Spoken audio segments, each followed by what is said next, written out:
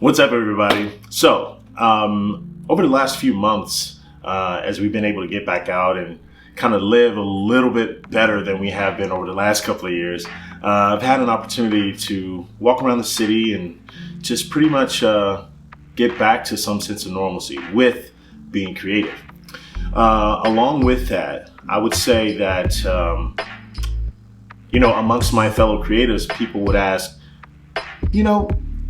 what's the difference between this particular tool you use to capture and to create content versus this one?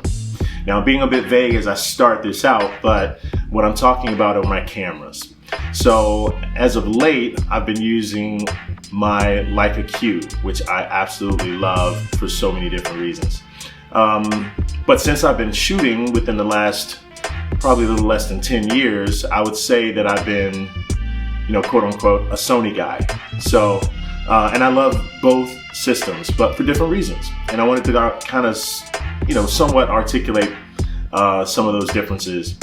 But I would say the main thing that would differentiate the experience for both systems for me is, for example, I use my Leica Q, see? It's a beautiful camera, very easy, somewhat of a point and shoot in the way that you use it. I love this camera because, as in most photography, you always hear what's your favorite camera, or what's your favorite focal length, or what's your favorite this or favorite that? And why do you use these particular tools? For me, I must say that when I use my Leica Q, I feel more like an artist. And when I use my Sony system, I feel like a photographer. Now, what's the difference? I mean, that's for you to decide. But I would say that for the most part, being that this is a fixed lens at 28 millimeters, this is a tool that's somewhat an extension of your eye. Once you go out into any particular environment, whether it be overcast, sunny, golden hour,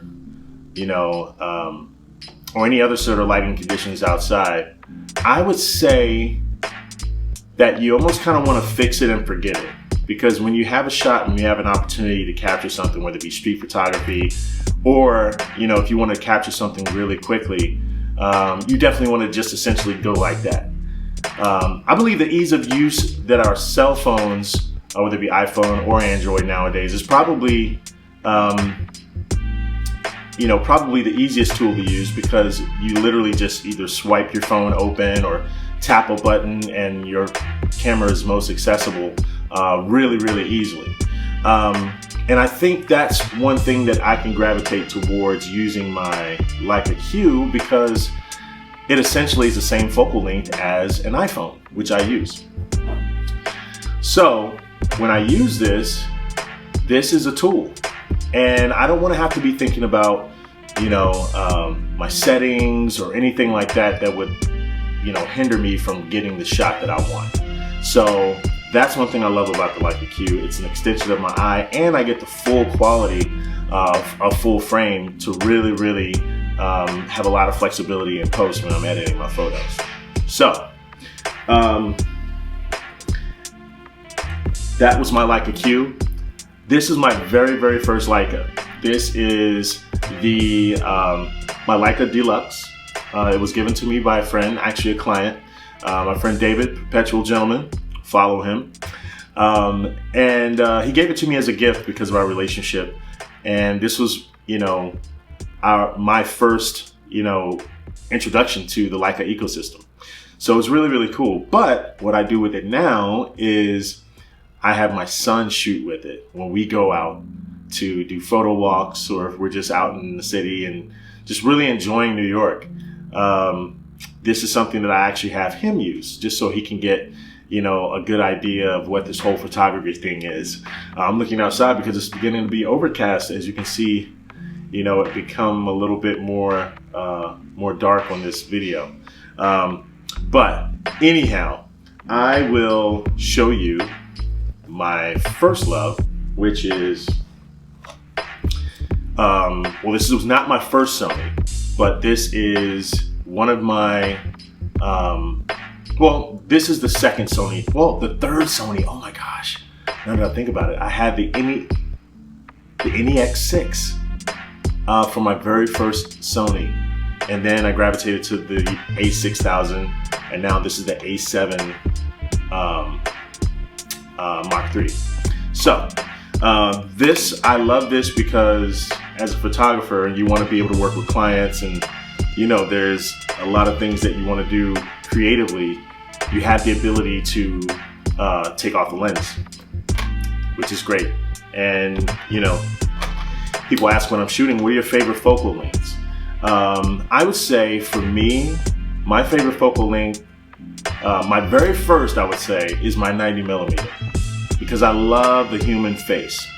And the 90 is great for portraits. It definitely, you don't have any sort of distortion on either side of the lens. And also it's very, very sharp. It also doubles as a macro lens too. So when it comes down to working with clients that essentially, you know, for products, that's my number one go-to, you know, money maker, I guess, at the end of the day, my 90mm. But I also switched this out. This lens right here is the 85mm 1.8, which is great for street photography, so you can get some separation from your subjects when you're kind of, you know, a little far away.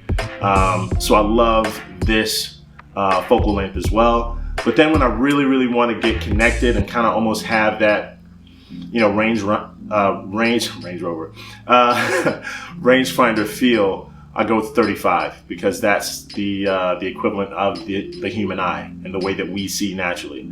So yeah, but the Sony system, like I said, I feel more of a photographer. I feel more gear oriented when I use my Sonys. I also have another one that I'm actually filming with, which is the A7C, which is, the C is for compact. So yeah, I mean, you know, as a photographer, you have a, you know, bevy of tools that you like to use, that some things may become your iconic signature as it relates to how you shoot and how people see your work. They can pretty much see through your eye as it relates to, I love his photos. I don't know what it is, but maybe it's the focal length, and that may be a thing. As I think about different street photographers, one of my favorites is Henri Cartier-Bresson. He used a 90mm and a 35mm, and I didn't know that until I really, really dug deep and saw some of his work. And I was like, oh my gosh, I use a 90 as well. But I didn't even know 90s existed back then. But once again, I'm somewhat new to photography in the grand scheme of things within, like I said, the last 10 years. So all that to say that, hey, it doesn't matter what you use, as long as you capture, as long as you make life very, very easy for yourself, whether it be working to make money or working to create art. But that's my perspective on cameras and how I use them and what I use. What do you guys use? Let me know in the comments. I'll talk to you soon. Ciao.